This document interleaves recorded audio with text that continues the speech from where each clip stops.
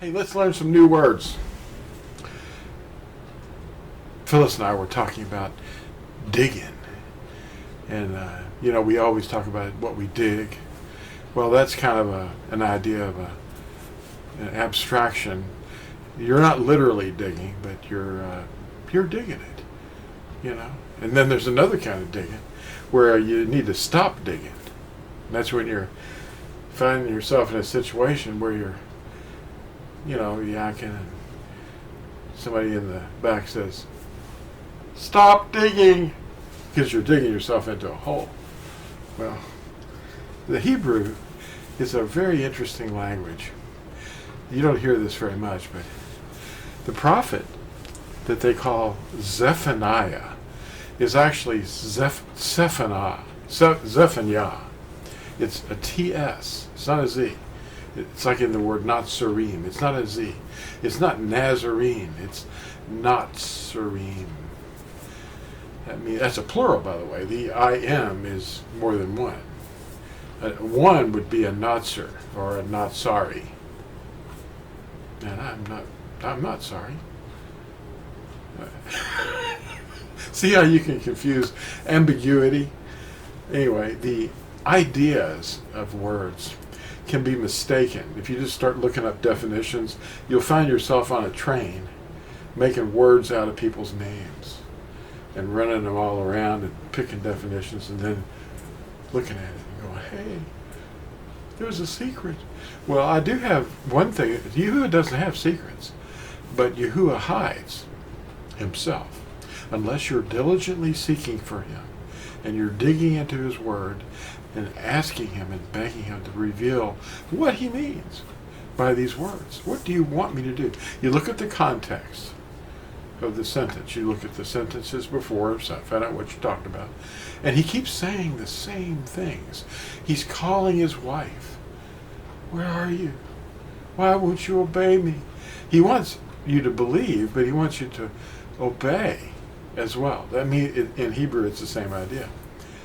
An obad or an abad, that's actually what it is a servant.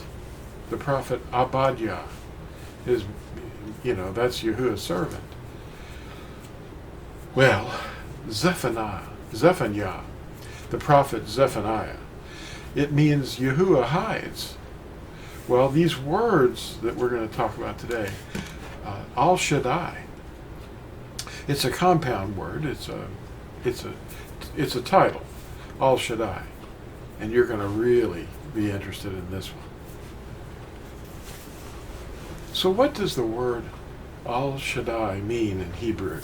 The I at the end means that it means my at the very end of the word. Kings will shut their mouths at the sight of Yahuah. At Yeshayahu or Isaiah 52, verses 13 through 15, it says this: "See, my servant shall work wisely. He shall be exalted and lifted up, and very high. As many were astonished at you, so the disfigurement beyond any man's, and his form beyond the sons of men. He shall likewise startle many Guim." That means nations or foreigners. "Kings shut their mouths at him. For what they had not been recounted to them, they shall see, and what they had not heard, they shall understand." The language and script, but mostly the language of Hebrew word meanings, draws from their context. The abstract or figurative and the literal definitions of words are somewhat like a Venn diagram. You have these concepts and their subsets, and where they overlap is where you can sometimes get the blend.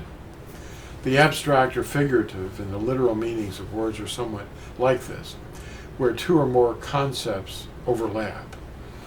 In the descriptive title Al Shaddai, the root in Shaddai is shad, which means a breast, figuratively conveying the concept of all-sufficiency, but also overwhelming love.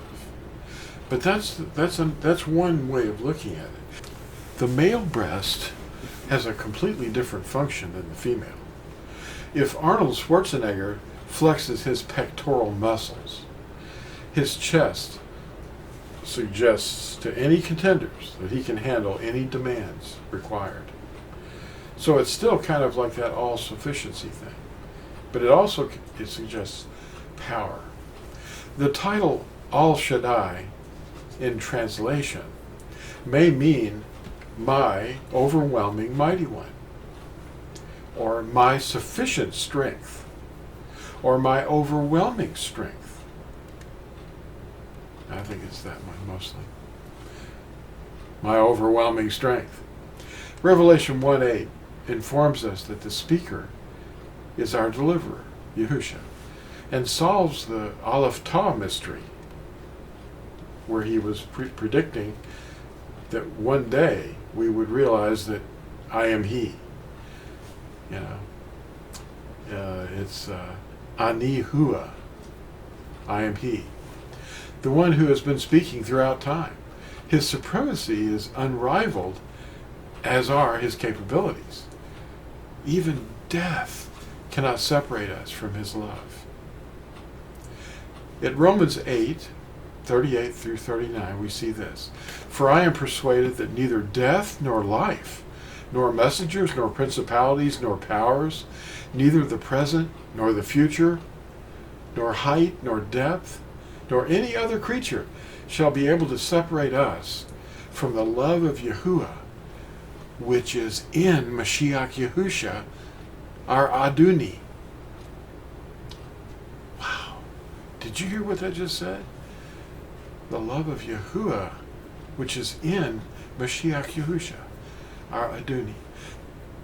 We, his Natsarim, are his witnesses, that Yahuah is Elohim and he is Yahusha.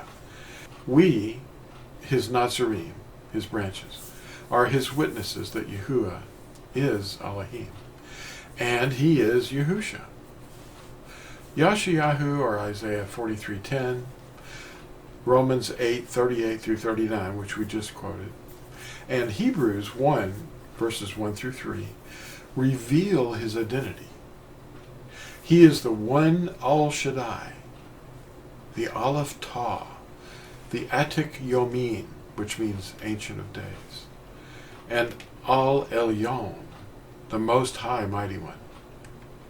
Yahusha is the embodiment of Yahuah himself, who alone possesses heaven and earth, revealing to us that he is the one who was, who is, and who will be the very definition of Yahuah.